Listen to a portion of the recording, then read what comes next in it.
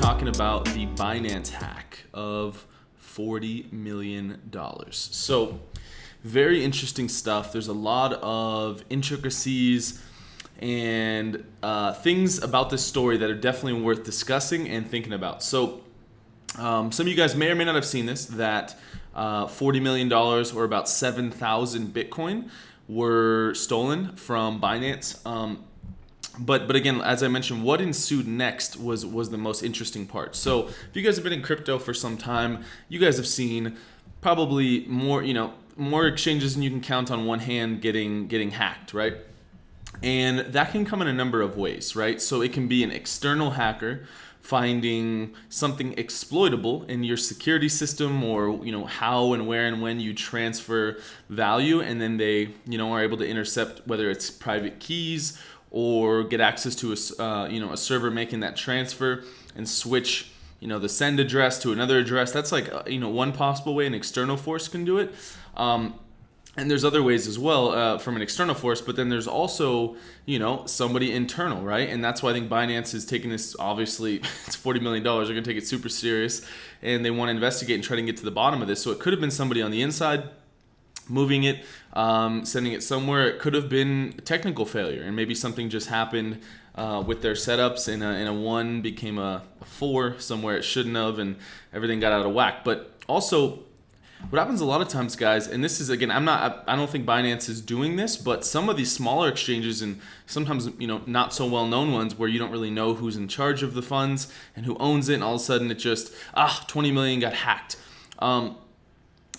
In crypto, right, a hack just means, at least when they refer to tokens, this value was here and it was in my wallet, and now it's in another wallet that's not mine, therefore it was stolen, I don't own it, right?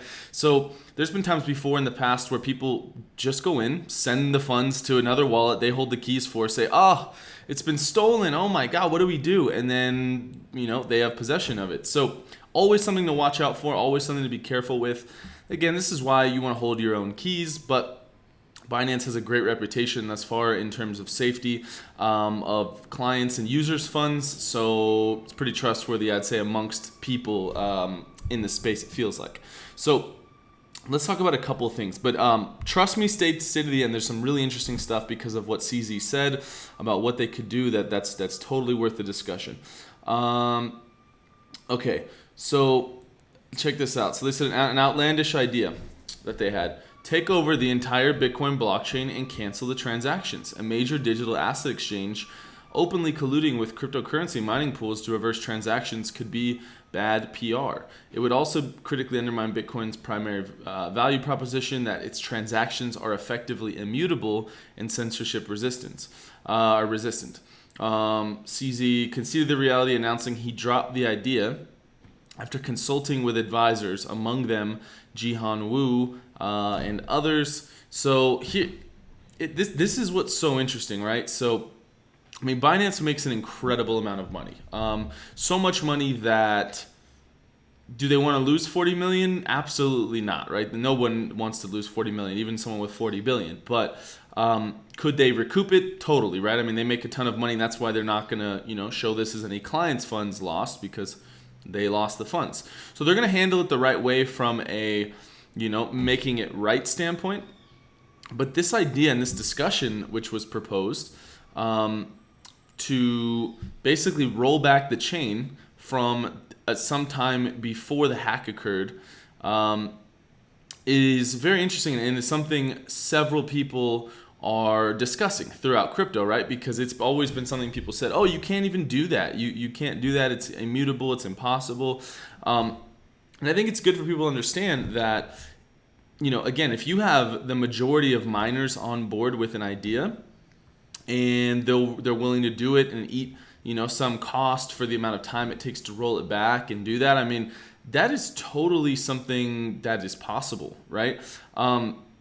And I think that, when it comes to EOS, right, where you have the ability to set custom permissions on your account, it's going to help to prevent things like this from happening, right? Because you can go in and set custom permissions, so you can be in control of where funds do or don't go, assuming nobody gets the owner key, switches those permissions.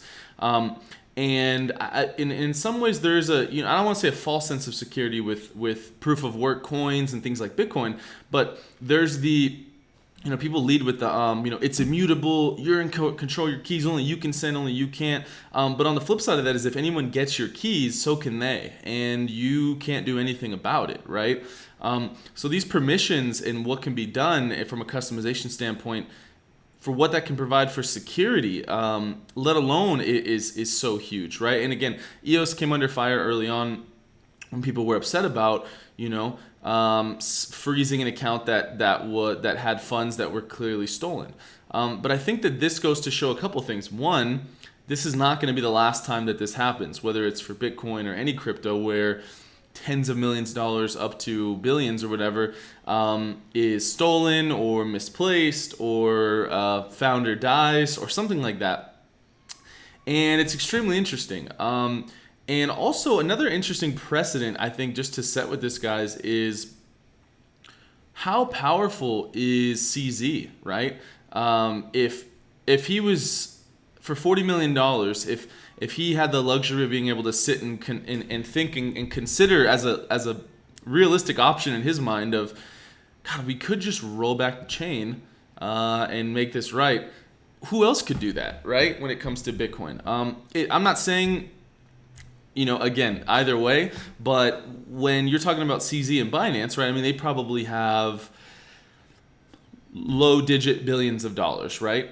But when you're talking about JP Morgan, Lehman Brothers, whatever, any of these, whatever, any gigantic banking entity that you want to talk about, whatever it is, they have tens of billions or hundreds of billions of dollars, right?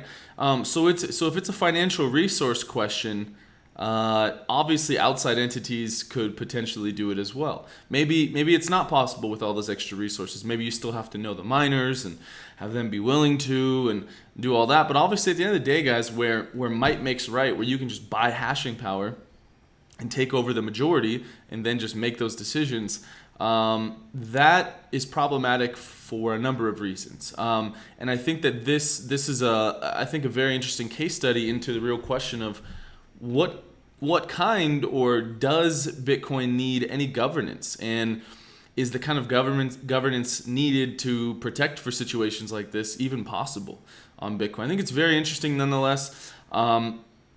Seeing this happen to Binance obviously is disappointing. I'm a very big fan of Binance, and again, assuming things work well, I mean, I would still use Binance again in the future personally.